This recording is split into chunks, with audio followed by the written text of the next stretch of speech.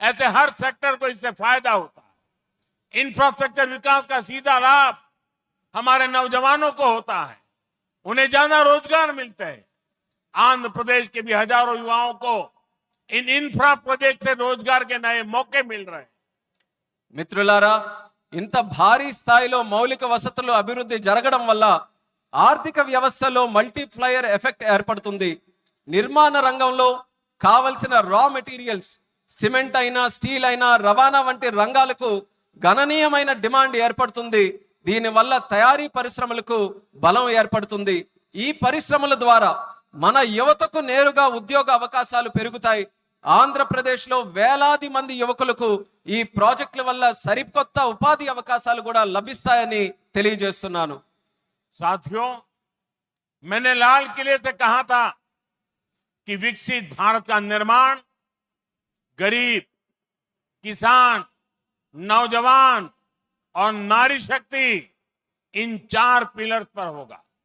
NDA सरकार की नीति के केंद्र में 4 पिलर सबसे अहम है। हम विशेषकर किसानों के हितों को बड़ी प्राथमिकता देते हुए काम कर रहे हैं। किसानों की जेब पर बोझ ना पड़े, और इसलिए बीते 10 सालों में केंद्र सरकार ने सस्ती खाद देने के लिए करीब 12 लाख करोड़ रुपए खर्च किए। हजारों नए और आधुनिक बीज भी किसानों को दिए।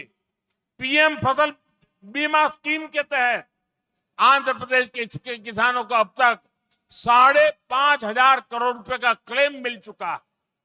पीएम किसान सम्मान निधि के तहत भी आंध्रा के लाखों किसानों के खाते में 17,500 करोड़ रुपए से ज्यादा पहुंचे हैं। మిత్రులారా, నేను ఎర్రకోట నుంచి స్పష్టంగా చెప్పాను, వికసిత్ భారత్ నిర్మాణం కావాలంటే పేదవాడు, రైతు, యువకుడు, మహిళా శక్తి ఈ 4 స్తంభాలపై ఆధారపడి ఉంటుంది. ఎన్డీఏ ప్రభుత్వ విధానాల్లో కూడా ఈ 4 స్తంభాలు కేంద్ర బిందువుగా పెట్టుకొని పనిచేస్తున్నాం. రైతు ప్రయోజనాలు అత్యంత ప్రాధాన్యత తీసుకుంటూ మేమందరం కూడా కేంద్రంలో పనిచేస్తున్నాం. రైతు జేబులకి భారం పడకుండా ఆ ఉద్దేశంతో గత 10 ఏళ్లలో ఎరువుల కోసం ఏకంగా 12 లక్షల కోట్ల రూపాయలు ఖర్చు కేంద్ర ప్రభుత్వం చేసింది. 1000కి పైగా సరికొత్త మరియు ఆధునిక విత్తనాలు కూడా రైతులకి అందించబడ్డాయి. పిఎం పంట బీమా యోజన కింద ఆంధ్రప్రదేశ్ రైతులకు ఇప్పటి వరకు 5,500 కోట్లు నష్టపరిహారం కూడా చెల్లించాం. పిఎం కిసాన్ సమ్మాన్ నిధి ద్వారా లక్షలాది మంది ఆంధ్రప్రదేశ్ రైతుల ఖాతాల్లో 17,500 కోట్ల వరకు వాళ్ళందరికీ కూడా నిధులు జమ చేశామన్నది గర్వంగా తెలియజేస్తున్నాను.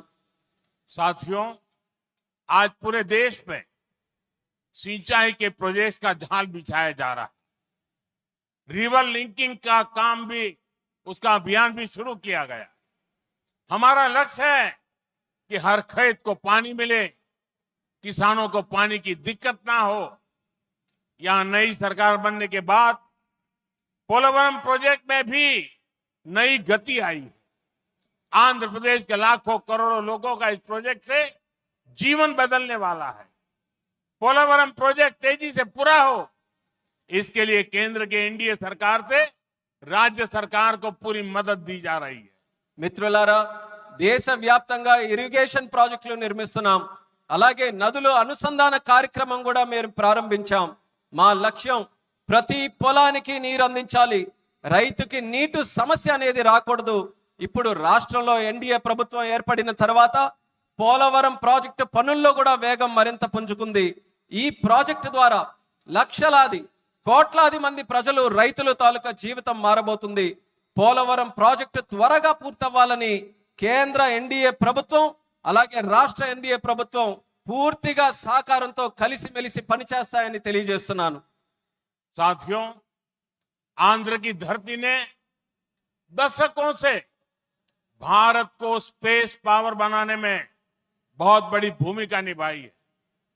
श्रीहरिकोटा से जब जब कोई मिशन लॉन्च होता है तो कोटि कोटि भारतीयों को गर्व से भर देता है.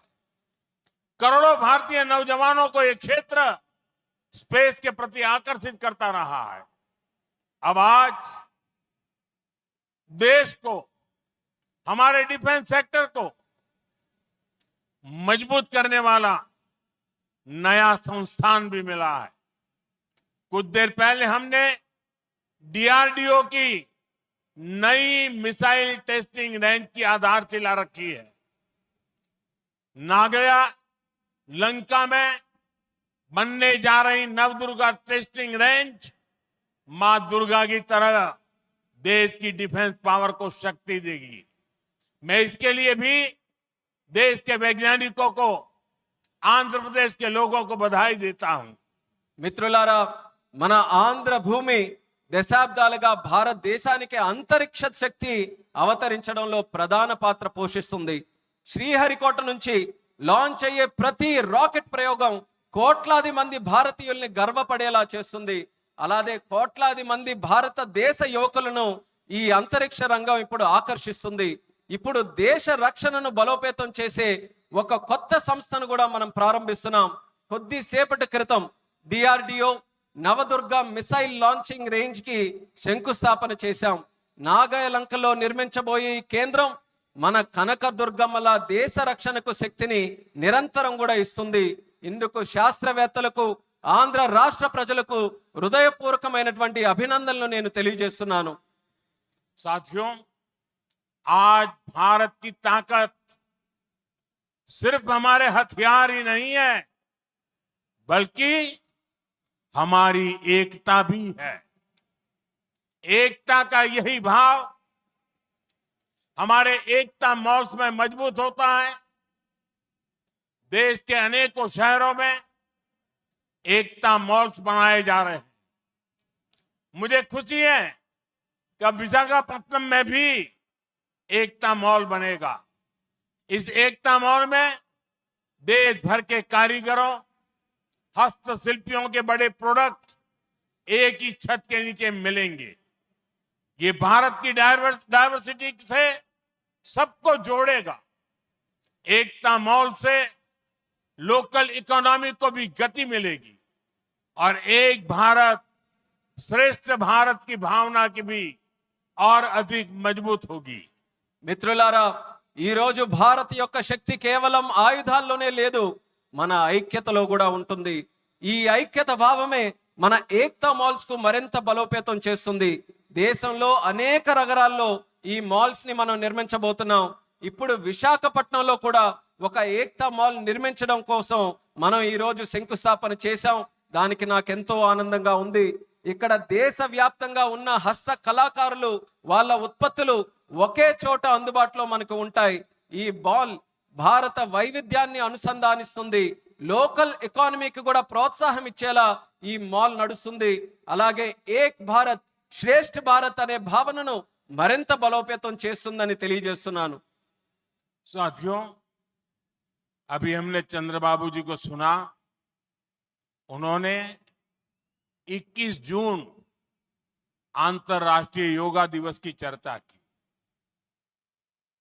मैं चंद्रबाबू का, आंध्र की सरकार का और आंध्र के लोगों का आभारी हूं कि आपने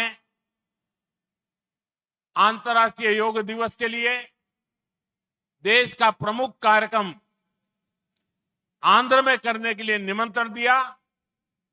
मैं इसके लिए आपका आभार व्यक्त करता हूं और जैसा आपने कहा है, मैं स्वयं भी 21 जून को आंध्र के लोगों के साथ योग करूंगा और दुनिया का एक कार्यक्रम यहां पर होगा।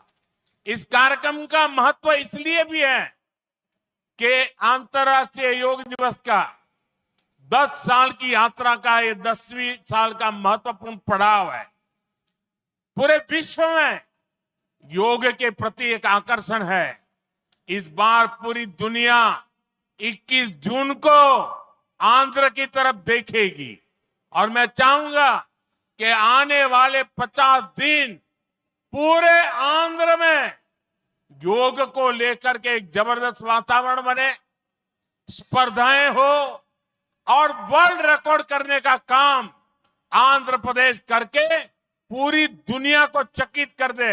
और मैं मानता हूं चंद्रबाबू जी के नेतृत्व में ये होके रहेगा। మిత్రులారా, ఇప్పుడే మనం చంద్రబాబు నాయుడు గారిని విన్నాం. అంతర్రాష్ట్రీయ యోగా దినం జూన్ 21న మనం చేసుకోబోతున్నాం. దానికి చంద్రబాబు నాయుడు గారికి, ఏపీ గవర్నమెంట్కి